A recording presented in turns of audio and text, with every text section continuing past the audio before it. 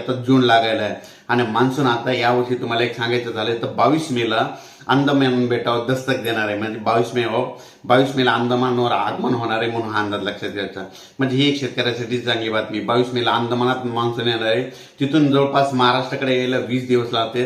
म्हणजे 8-9 जूनच्या दरम्यान म्हणजे तो पाऊस आपल्याकडे तो येऊ शकतो. म्हणून पण पोषक वातावरण 22 मेला अंदमानात होणार आहे म्हणून हा अंदाज लक्षात घ्यायचा. यावर्षी जूनच्या शेवटच्या आठवड्यामध्ये पेरणीचा पाऊस होणार आहे म्हणून हा अंदाज सगळ्यांनी लक्षात द्यायचा.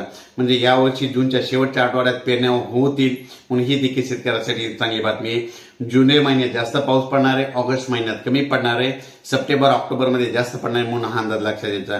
आणि यावर्षीचा परतीचा पाऊस येणार आहे. 5 नोव्हेंबरला पाऊस जाणार आहे.